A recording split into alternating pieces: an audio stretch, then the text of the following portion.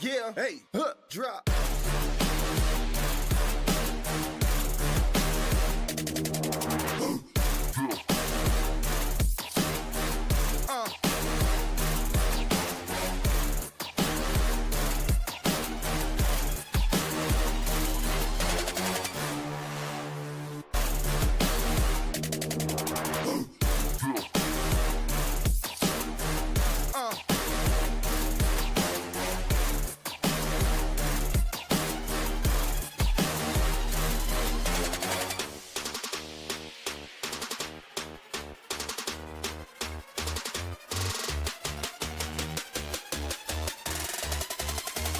Yeah, hey, drop.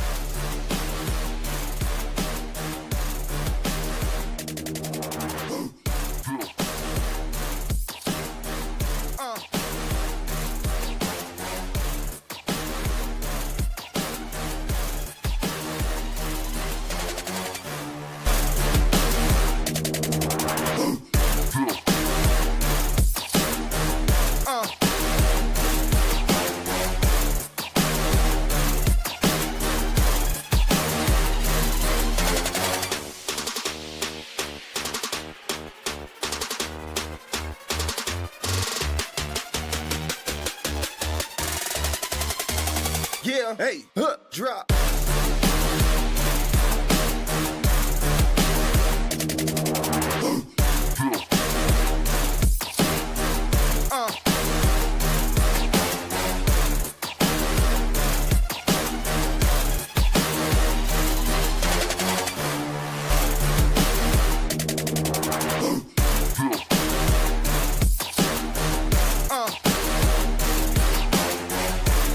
Every player on the ice has a 10-minute misconduct, among other penalties. I have never.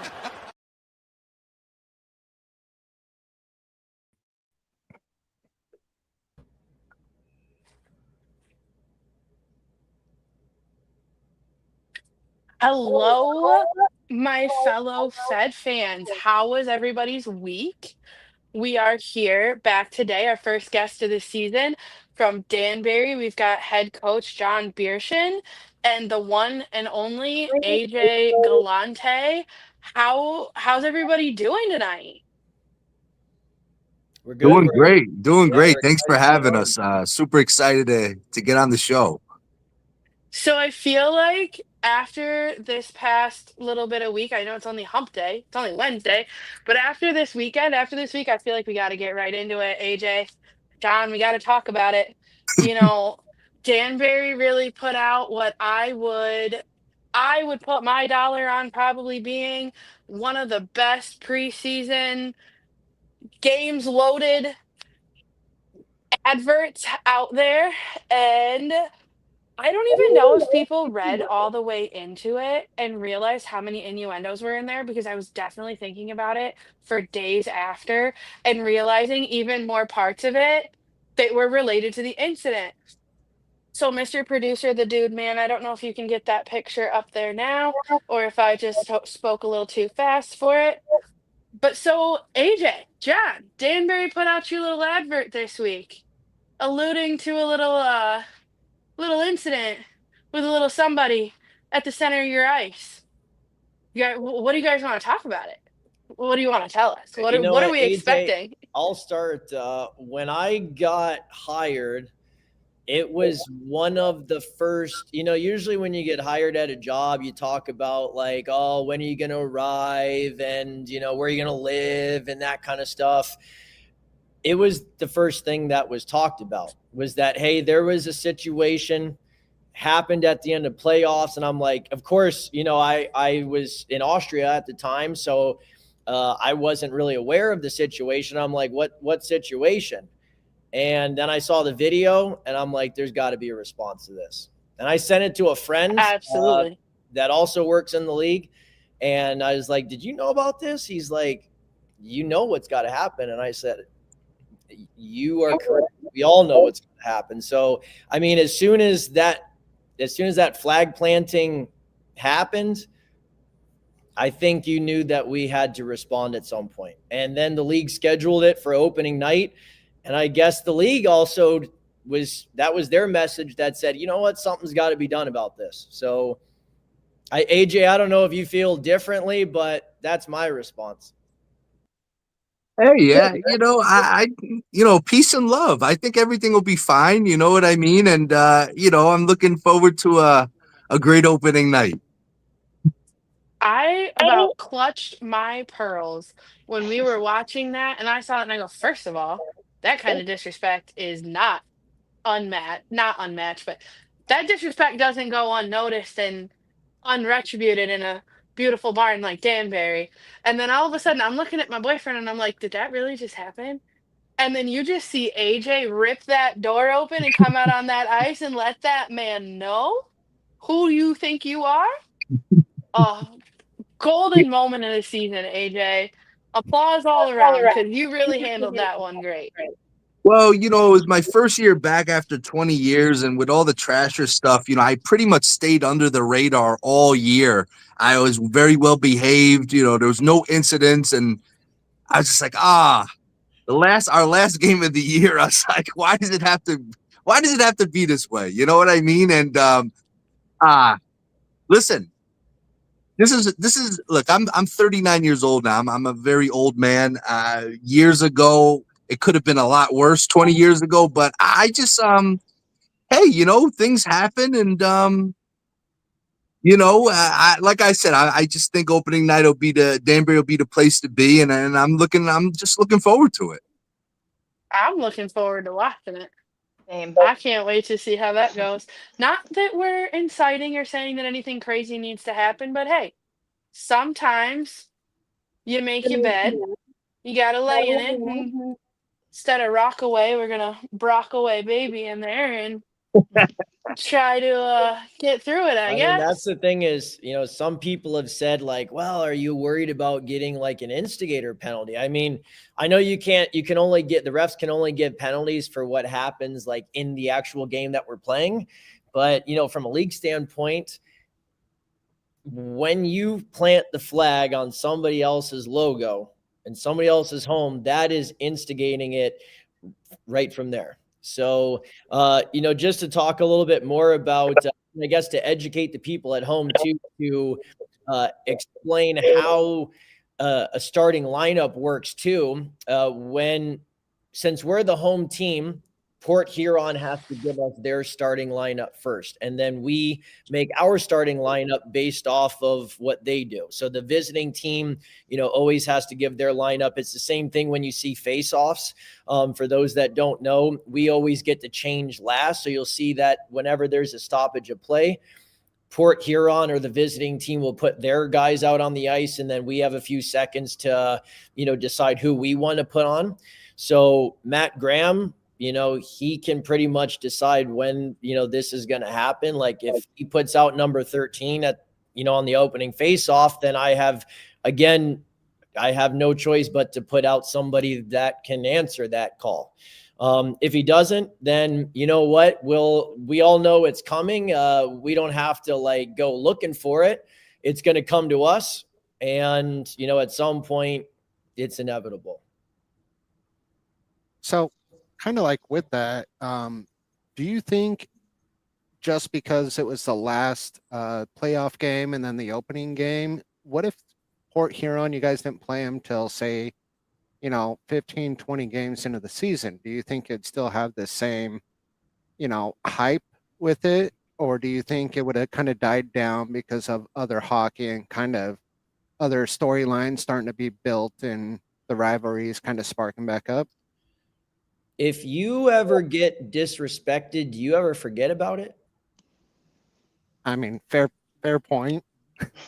I mean, you guys might, it might die down in your heads, but I can speak for our guys. Like I said, I was hired, I don't know, about 6 weeks ago. It was one of the first things that was brought up. So maybe for some of the, fans of other teams or, like yourselves, fans of the league in general, you might forget about it for a little bit because other storylines pop up.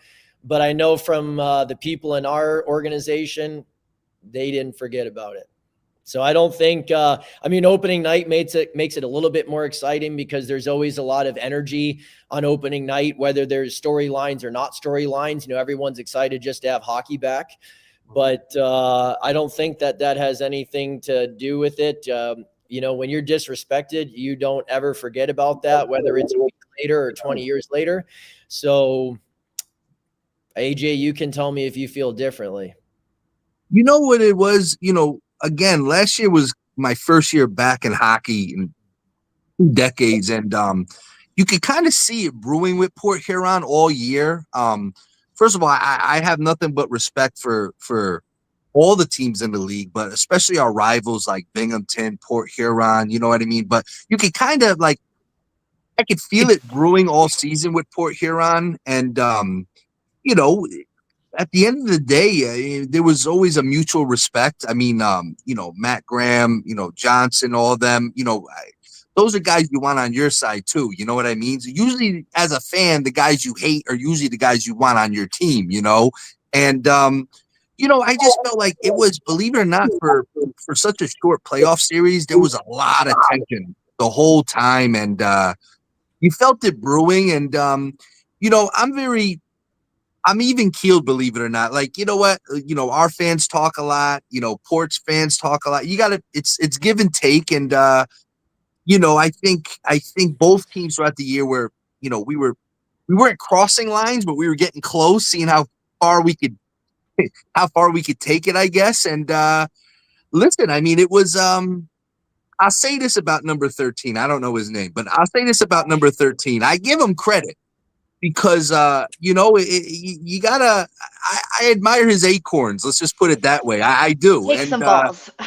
But Yeah. but I'll say, I just think it being like, we just got, our season was over, and it was just like, it couldn't have been more of a fresh wound. And, things happen, but that's what's beautiful about a game like hockey is, you run into each other again at some point. So I definitely thought the scheduling was super interesting, and they got a great team, and it's coach. I mean, today was our first day of training camp. I mean, we had an amazing first day, and you got to start the year off, on the right foot, and all the stars are aligning for a lot of fun in Danbury next weekend. I personally think all eyes are going to be on Danbury for opening night, and I will personally be watching, so I'm excited to see what's going to happen. I wanted to let the chat know it's open for questions, so if you guys have any questions you want us to ask our guests, just drop them in the chat. And while we wait for those, I have a question for both of you guys. With it being your first season as head coach and then moving also into the GM position, what does your day-to-day look like for both of you guys? And what kind of things can Danbury, their fans, expect from what's coming this season? Well, you want me to go first, John? Whatever you. Yeah. Go ahead, AJ. Like last year I was brought in more as an advisor, and it was a perfect role for me. I got to get back into it. I had been away from the game. It was a brand new league to me, kind of sitting back and watching, how much the game has changed. It's so fast now compared to 20 years ago. And, learning the who's. I didn't know who any of the teams were, who any of the, marquee guys were. And, getting the GM job, it's really special to me for numerous reasons. And, John getting hired was probably a major turning point for our organization, honestly. And I feel like so far we gel really well. I think what's nice is we literally have the same, you're never going to always agree or have the same taste, but what he looks for in a team and a player is what I look for. And, I would say, AJ, not to cut you off, and, I don't always bring up the Trashers, but I do feel like we have, kind of like a modern day Trashers, identity that we're kind of building. I mean, obviously, everyone knows the history 21 years ago, but AJ will be the first to say that isn't how hockey is anymore. It's evolved a little bit. There are still many aspects of, that type of hockey in the NHL today. You look at the Florida Panthers, they are a very tough forward checking team. So I would say that, you know, if the Trashers were around today, that's, you know, we're like, you know, a modern day version of them.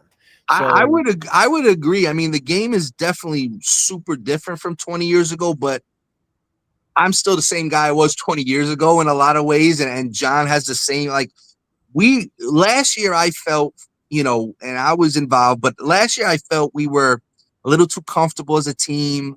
I thought we were a little slow, a little soft. And that's no disrespect. It's just the way it was.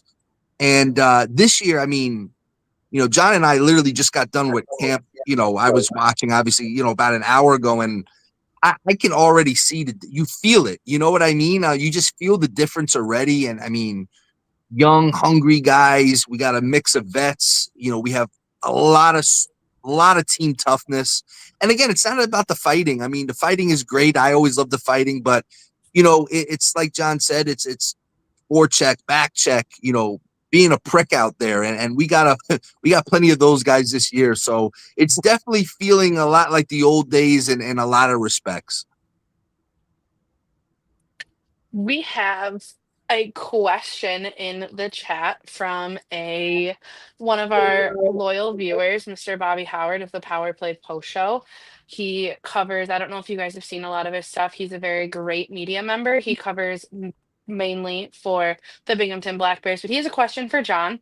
And he says that you guys have, as Danbury, 16 games against the two-time defending Cup champions, the Black Bears, and they have 16 returning players from their team last year. How many games do you think that you can take from them this year? well, the first part of my answer is I don't know that AJ and I were in the league the last 2 years in the roles that we're in. So, you know, they earned those two-time defending Cup champion, you know, that title those last 2 years. But you know, AJ and I are here now, and I don't think that's going to happen this year. But I will say, I mean, from what I've heard, they're a phenomenal organization, and they are the team that we, you know, definitely need to knock off the top. I think our style of play will help with that. You know, like as AJ said, you know, we're on the same page. We're trying to be a little bit bigger and tougher. Excuse me, and not tougher, you know, in terms of fighting. I think that's, you know, when you think of Danbury and you hear the word tough, people just automatically associate it with fighting, and that's not the case. We really are focusing on our forecheck this year and trying to get the pucks into certain areas to cause chaos and, you know, put the body in there so that way we can get the puck back.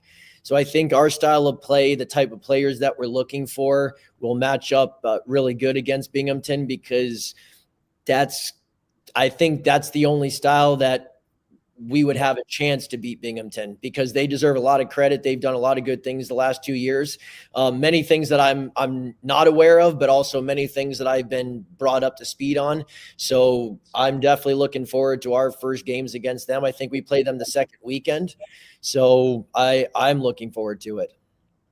I feel like as a Binghamton fan, it feels like we play you guys every godforsaken freaking week, which, like, in a way I like. Now, don't get me wrong, Danbury is one of my favorite away barns to go to. I try to make it to at least one or two games in Danbury a year. I'd like to actually increase that a little bit this year and come out there a few times.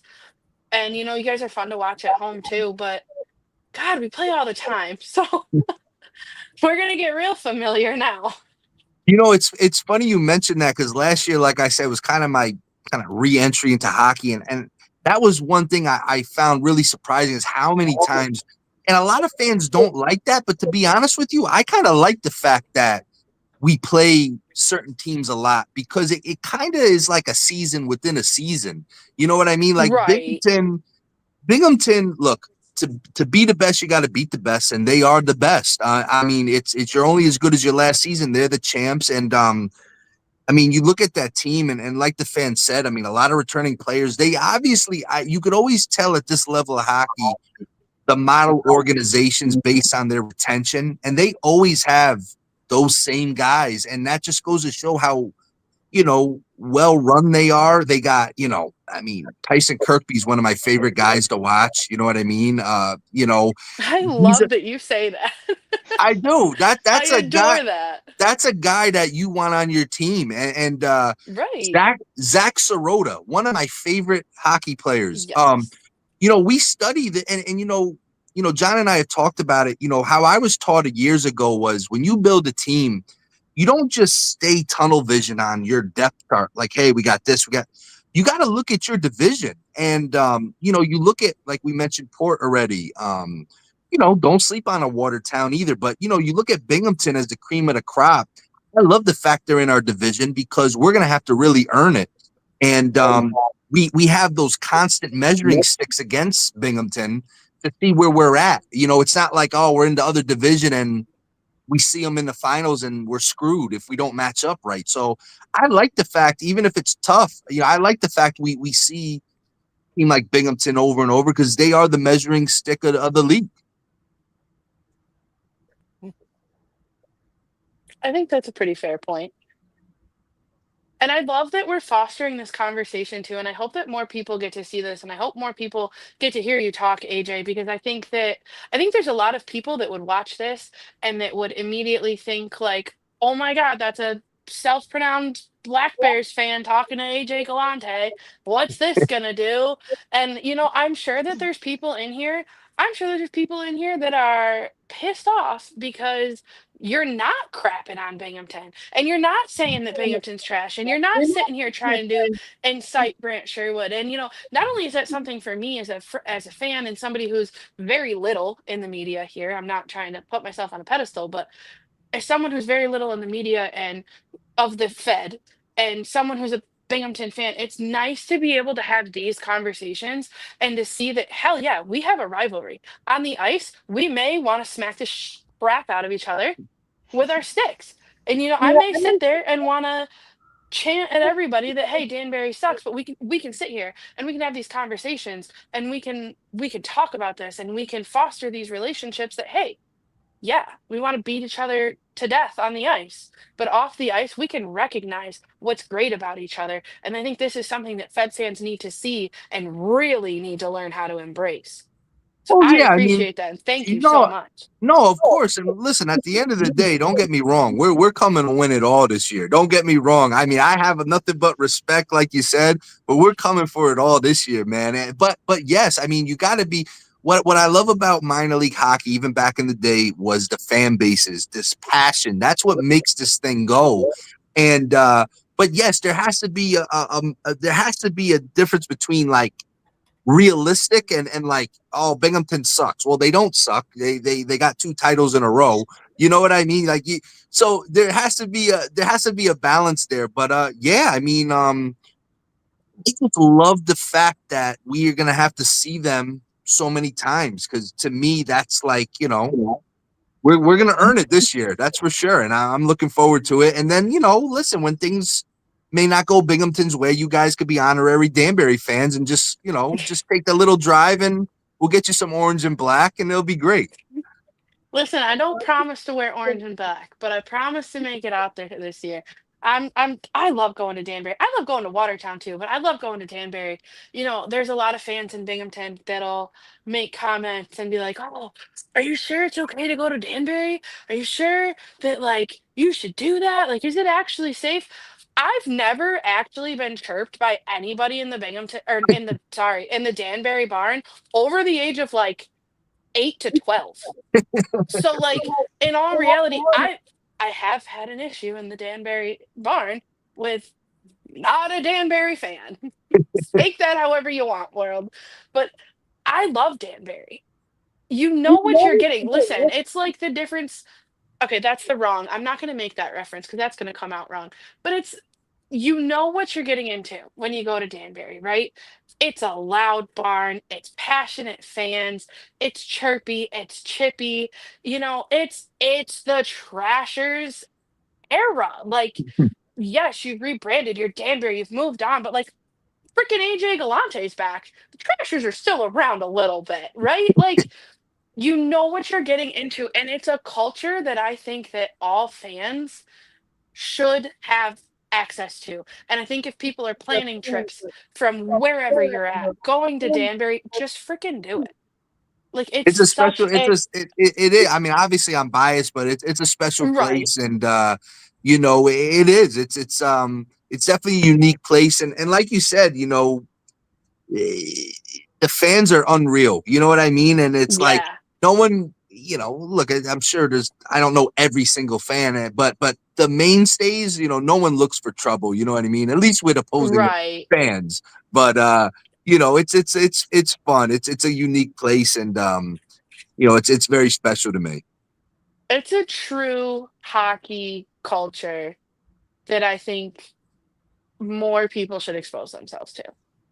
And I'm saying that as I sit here in green as a Binghamton fan. I don't So know. I'm telling you, John, if she's gonna look if good in orange and black. I feel it. listen, You see, it's I've got a loud shifting. mouth. I feel it coming. So don't worry. We're gonna get you guys some t-shirts.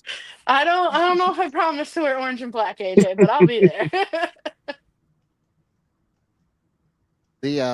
We do have another fan question that kind of popped up that I'm kind of curious as well. Which one is it? It's what new Danbury signing are you guys most excited for this season? AJ, I mean, you did most of the signings, so you saw them today yourself. You were Yeah. up top, so Man, that's we have a lot that's of them, though. We do have a lot of them. I So gotta be. I mean, it's. Look, at the end of the day, you could look good on paper. It means nothing, but on paper right now, we're loaded. I'm serious. I mean, me and John and MJ were just talking about it. Like, there's gonna be some tough decisions over the next week, and but I don't know. There's, you know what it is? A lot of young guys. You know what I mean? A lot of young guys. I love the under the radar guys. I mean, guys that are coming and again, I mean, there's so much competition. I mean, I may say a name that honestly we may not have. He may not make the right. That's how competitive camp is. But I mean, obviously, I'm really excited about Austin Belfay, who played in Blue Ridge last year. His uncle actually scored the first goal in Trasher history. Oh Um, wow, that's who actually interesting. technically scored the first goal in Danbury pro hockey history. So it's weird. Last year I'm scouting. I'm like, Belfay. I'm like, is he related? And sure enough, it was his uncle Blake who played on the Trashers. You know, you know, guys like Jesse Swanson. I mean, just Hmm. these are guys you want in your locker room. I'm just excited. There's just so many. I mean, John and I were literally just talking about it. I mean, it for Danbury, for hat trick fans, and again, I've only been involved. This is going on my second year, but the hat trick's been around 5-6 years now. I mean, it's gonna be a lot of fresh new faces. I think there's gonna be a lot of new fan favorites, and and I'm excited. I'll tell you, I'm excited for Johnny Ruiz because there was a lot of questions. I mean, we kind of were under the impression after last year he wasn't coming back, so I think what could be his final lap here. I'm excited. He had a little pep in his step today, and I think he's a little rejuvenated. He's healthy, and he I'm was really leading excited to he was see leading him the this group. year. He was leading the group in the conditioning drills at the end. Yeah. So I'm excited. We'll see how it all shakes out, but yeah, it's like I said, team effort. Me, John, MJ. The whole core group. We all kind of. We bounce a lot off of each other, and I'm just, things are, knock on wood, things have been good, and I'm looking forward to seeing what the, opening day roster ends up being. I am too. I saw a couple names on there. Maybe I'm biased just because I've been fans of them in the past, but I was really excited to see Josh LaBella on there and like Frankie McClendon. Like I think they're every team they've been on, like they've always kind of been like a fan fave. So I'm excited to see them. And I wanted to ask, so Coach, with your experience, I see that you've coached in North America, Europe, NCAA, all these different, juniors, all these different levels. Do you think that is going to give you a sharper edge versus other coaches that may not have had such a broad experience? Yeah, I mean, I think depending upon different situations that might come up throughout the year or during the game, I think it does. I mean, if you could ask about a specific situation, I might be able to give a better answer. But I mean, AJ, I'll tell you, we had our first practice today, and the drills were, more European inspired. But I think it'll help the guys translate our systems more to our style of play. And so I think, I mean, the more experience you can have with anything, it certainly doesn't hurt. So I believe it does. And I'm sure you'll probably see it show up at some point this year. Yeah, we had a player on, I want to say it was like 2 seasons ago, and he had played in Europe, and he mentioned the different styles of play, like a north and south versus like an east to west style. And so I'm pretty interested to see, um, what Danbury is going to evolve into. And it sounds like you guys have a pretty well-rounded plan of not just goons or not just skills, like a little bit of everything. And, I think with a solid backbone that's going to carry you guys pretty far. So I do think some of the teams, especially up north, need to watch out for you guys.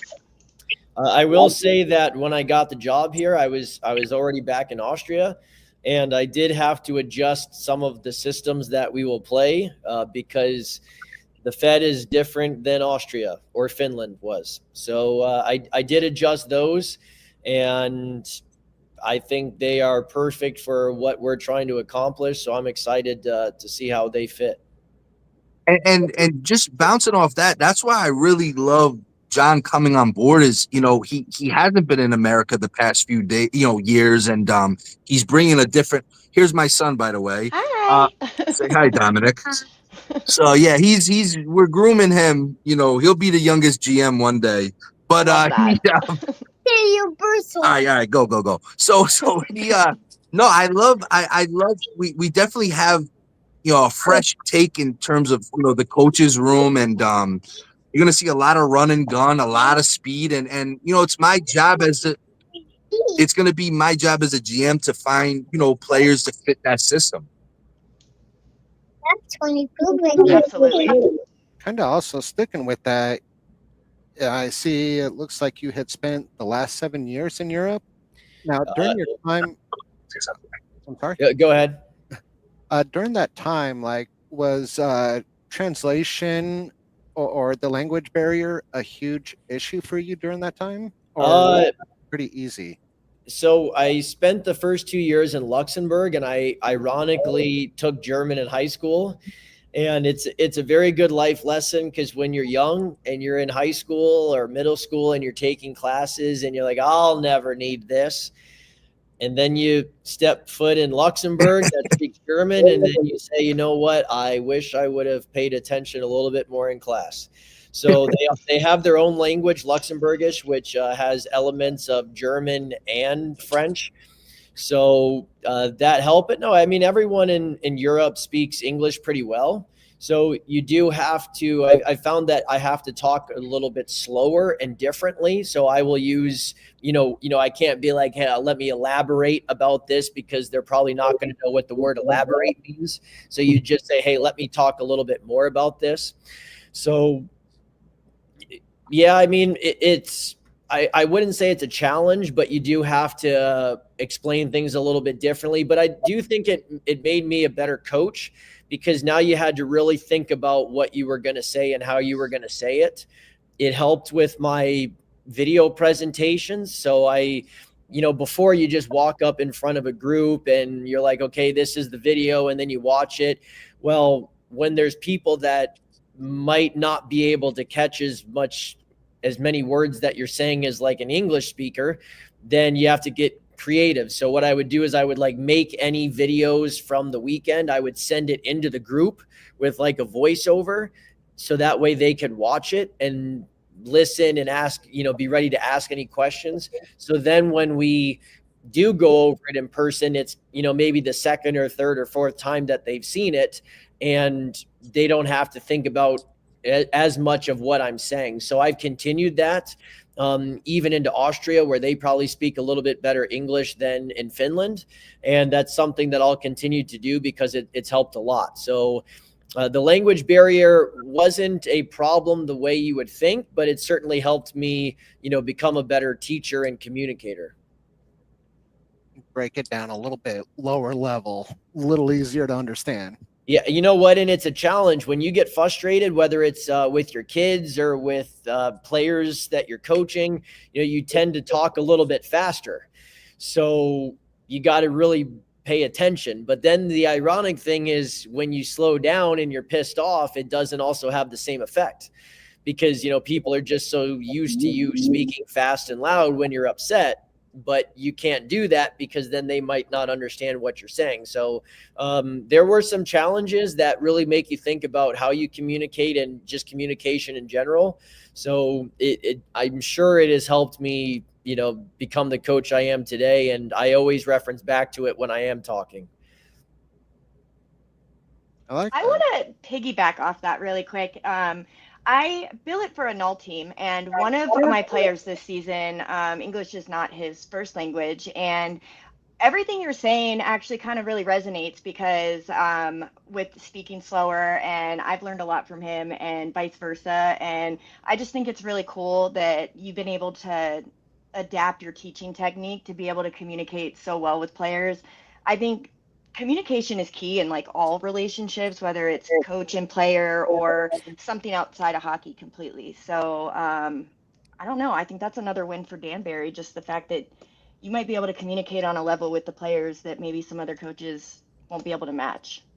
Yeah, right before I went to Europe, I had a conversation with Jeremy Culleton, who's now the assistant with the New Jersey Devils, I believe. At the time, I don't know if he had been called up to the Chicago Blackhawks or if he was still in Rockford, but he had spent time in Sweden. And before I went to Europe, I just kind of asked his opinion on going to Europe. And he's like, hey, the higher the levels you go up, the more you're going to have people from all different types of countries and walks of life. So, by going to Europe, you can start to learn how people in Luxembourg do things, in Finland, how they do things, in Austria, how they do things. And, that's relating to the players is, always something that you have to do. So, I have some very good stories from my times over there where, things that are normal to them are like, shocking to us. I remember probably one of the more entertaining stories is, in Finland, they're big with the sauna. So we did a coaches night when I coached under 18 in Carpet, which is one of the best organizations in Finland and one of the top organizations in the world. We had a coaches night where at the beginning of the year, we sat there and did some planning and stuff, but it was on a sauna boat. So, you sit there and, to be in the sauna, you're naked and then you just like jump in the river to cool off. And then you go back in the sauna and it's like, if I just said to AJ, like the first day or two we met, like, hey, let's sit naked in the sauna, he'd probably think I'm crazy. Where over there, it's like completely normal. So, and then of course, like it might be uncomfortable for you at the time, but you're like, hey, this is normal to them. So, you start to get those experiences in life. And, then when you have players from other parts of the world, they, you understand. We saw one of our players just, walking back to where we live. And, my wife, who's from Finland, was like, isn't that one of your players? I'm like, yeah, he's not from North America. And she's like, oh, that's why he's walking. So my wife is from Finland, so she likes walking too. So you just start to kind of understand those little like quirks, that we might think are weird, but to them are completely natural. That's fair. We have I another. would like to answer it if we're ready to move on. I will answer another question. Lee Marion, who I remember from when I was in Columbus, asked, "Am I disappointed by not going to Columbus?" And that was one of the other big questions that I got when I first got. Well, it was more people messaging me like, "Oh, I can't wait until you guys are in Columbus," and that was one of the things I looked up. Are we going to get to travel to Columbus or play Columbus? And we don't. And I'm very disappointed. Jerome Bichard down there is a phenomenal person, an amazing mentor, and I owe probably everything to him because he gave me a chance, to learn under him for like one of the 3 years where I was kind of starting out. He's called me many times and, offered help, and Jerome's just an amazing person. So I told him, I'm like, man, I'm really disappointed that we don't get to play each other this year. And naturally he responded, we'll see in the final. So I do hope that we get to go down there because, I miss Columbus. I had an amazing 3 years there. Brad Prefontaine was a big help to me and everyone that was down there that worked there for the 3 years that I was there. So I do miss Columbus, and I am disappointed that we don't get to travel down there. Maybe the schedule makers can put that on the schedule next time. Me and Sam agree. Hint, As hint, Columbus wink, fans, wink. we would love that. Yes, absolutely. And then Aaron, There was another question in here. I'm sorry, but I don't know how to pronounce that name, my friend. What is the best? It's got to go for both of you guys. What is the best and the worst chirp that you've ever heard? Oh, for me, I don't know. I didn't play high level hockey, so I didn't get chirped that much. But I don't know. I think anything with planting a flag is probably the best chirp or worst chirp, and however you want to look at it. I take that as a chirp. So anything with a flag or flag relations, yeah, I would go with that one. Whether that's a good chirp, bad chirp, whatever. But let's say that's the most effective chirp I've ever experienced. I think one that stands out that I'm sure has been used a lot, but it was one of the first times I heard it. Nielsen Arcibal, he played in Columbus back when I was there, and it was in the SP, and he always used the collecting tracksuits line to people who were on many different teams. So I always got a big chuckle out of that one. He was probably the best chirper I've ever been around. So there's a lot of good ones though in hockey, I have to say.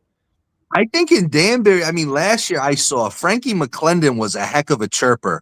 You know what I mean? And he'd be right at the end of the bench, when he wasn't in goal, and he seemed to have like little slick ways of getting his chirps out. He was fun to watch, even if I couldn't hear him from the other side of the arena. He was always funny. He was always up to something.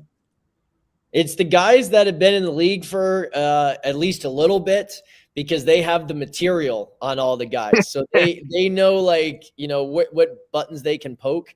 So those guys always seem to be the best chirpers.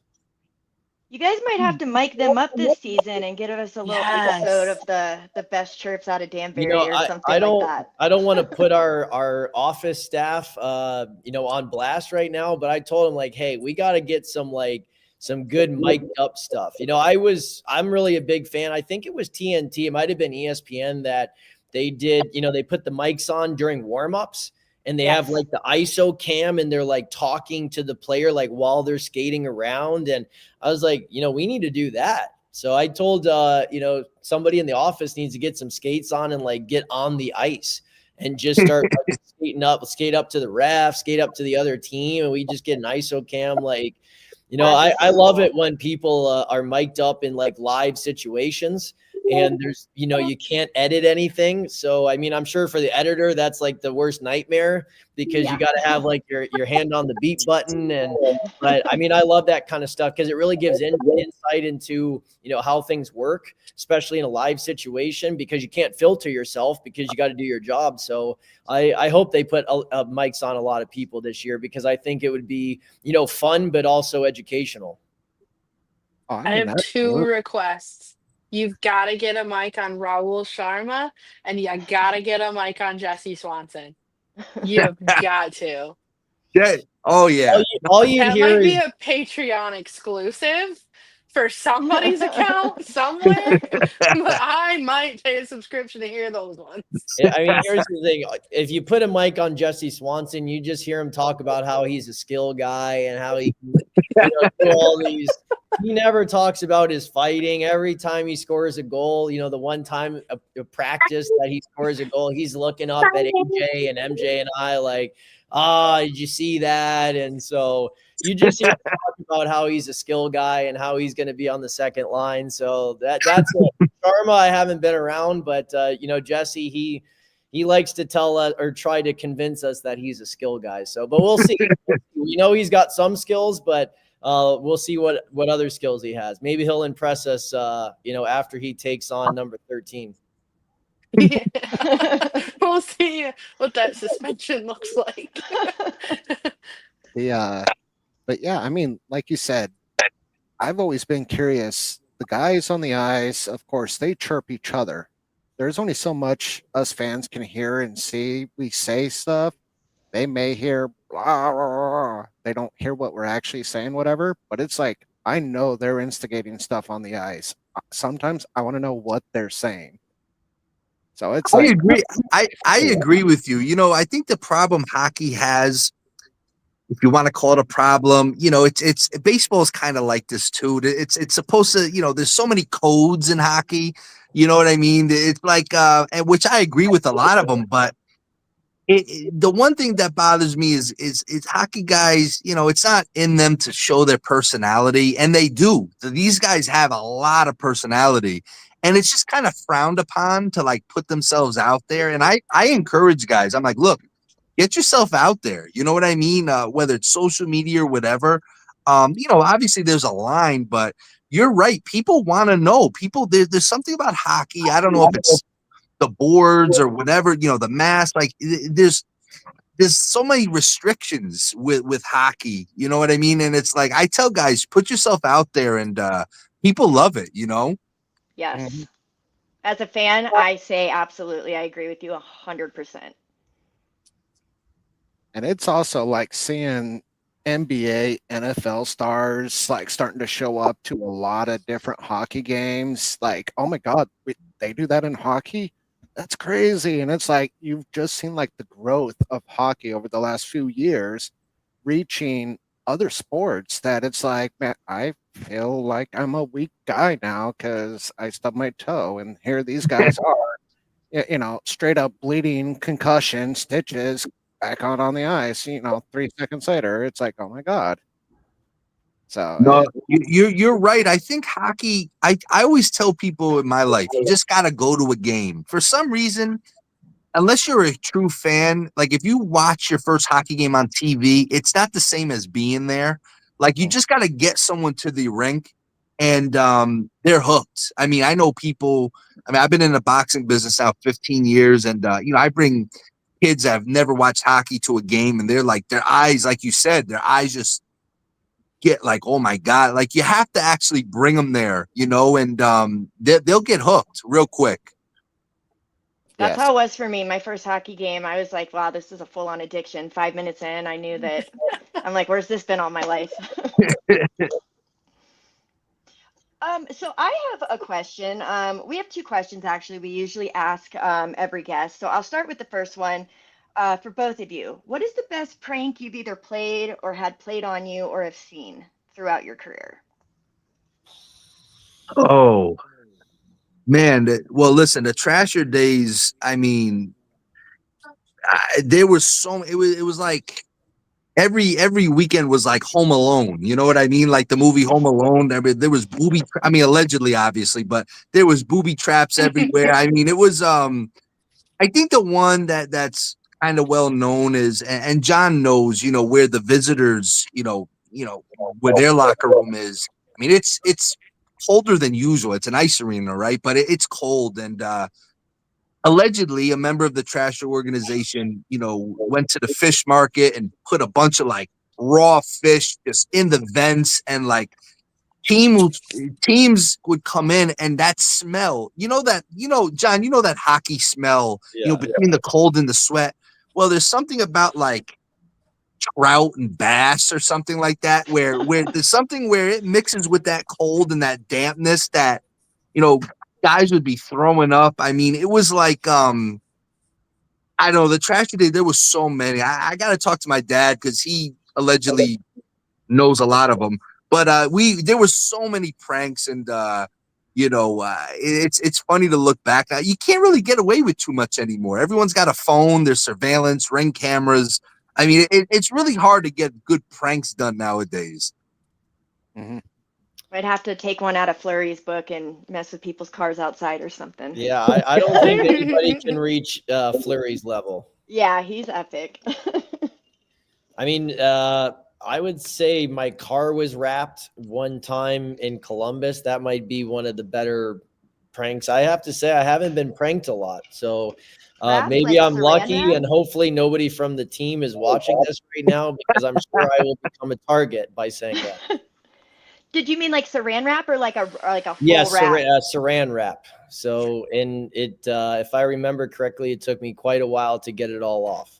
So, I did that to a friend of mine in college, and the best part was not even seeing the reaction when they came out, but how many people had gotten out of class that didn't even care. As they walked by, they're just laughing. So, yeah, hopefully nothing happens to your car, but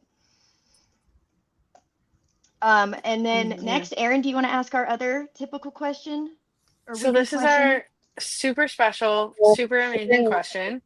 Allie started this trend for us, started this tradition for us, and now we have to ask everybody. Now, AJ, you might have a better opinion on this because you're from a part of the world that actually knows good pizza. And as probably only the two of us can really relate to right now, that the rest of the world really don't know nothing. But pineapple on pizza. Yes, no, why not? Give me the deets. Absolutely, that's kooky talk, as they would say. That absolutely not. That's like I don't know. I've never seen in my life, almost 40 years, I've never seen someone actually do it. I've heard the rumors that people have actually done it. I can't believe that that's even a thing. So no, I would say positively, like my hairs are sticking up just thinking about it. Absolutely Would you not. try No. it though? maybe then AJ, maybe that needs to start getting added to the recruiting question list. Like, has the player eaten pineapple on pizza? Because if they have, they're just too soft for this team, right? Like, Oh, that's it wouldn't even be a thing with me regardless, because I don't like pineapple in general. So it wouldn't even come up. But no, that's one of those things. But nowadays with pizza's gotten so nuts that I've seen people putting everything on pizza. So pineapple's probably the least of the worries. But back in the day when I heard like people have done that, I mean, hey, to each their own, but that no, not a snowball's chance in hell for me. No way. How about You you, wouldn't even Coach? try it? you know what? I think I have eaten pineapple on pizza before, but it's not when I order it myself. I mean, look, I will, if it's free, I'll eat it. So I know that I've never ordered the pineapple on the pizza, but I do recall eating pineapple on pizza, but I would never order it myself and pay for it. I'll say that. I feel like pineapple and pizza might be a good prank on someone this year. I don't know. Well, we might have started some new content with Coach John, who's never been pranked before, allegedly. So now this might have mushroomed into something else in the future. We'll see. You'll have to send us updates. Danbury TikTok of all the pranks you guys just pull on him. Well, y'all heard it all here first. If in true Fed fashion, Coach Bierchen isn't around in a couple of weeks, just know that it's because he semi-agreed to pineapple on pizza. Yeah, yeah. Or my car got saran wrapped again and I'm not able to get to the rink. I'm not Oh gonna be You man. know your what? host. That's a real Fed bus story, and someone's going to make it happen this year. There's going to be a delay. There's something Oh, look at that is that picture. going Oh, to happen where a team does not make it in time to a game. Something doesn't make it from the game because somebody's bus is getting wrapped in plastic, and allegedly, supposedly, it's definitely not me. but we might have started the trend. AJ, you know what? We provide food for the visiting team sometimes in this league, right? Like, can we just Well, order pineapple on pizza that's every time? true. You know, That's lovely. I agree. When Binghamton comes, they get pineapple on the pizza for sure. Hey, AJ. Oh, It's I not need very updates on all of nice. this. Well, before we wrap things up, I just wanted to mention to check out AJ's podcast, Talking Trash. If you haven't seen, there's also a documentary on Netflix, which I believe is called Crime and Penalties. Did I have that correct?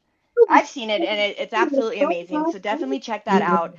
Be sure to tune in to the puck drop so we can see what's going to happen with the opening game with Port Huron. And I also wanted to say, I wanted to thank you guys so much. You guys have been wonderful on the show, but also wonderful to work with. And Doug has been amazing to help get this set up. And so we just wanted to extend our appreciation to the Hat Tricks organization. And hopefully we would love to have either one of you guys back on later in the season or maybe one of your players and just kind of get an update on how things are going. Anytime. No, we listen, you know, this league and it's run, you know, it goes because of, you know, people like yourselves and people with the passion for this league and sport. Say hi, Dominic, again. Say hi. Hi, It's the buddy. passion, you know, that you guys have that, you know, it motivates me, you know what I mean? Because I want people to, you know, recognize what we're doing. And so we're you know what? God, that pineapple pizza is really distracting me right there. But Did we get the listen, pineapple pizza off the counter?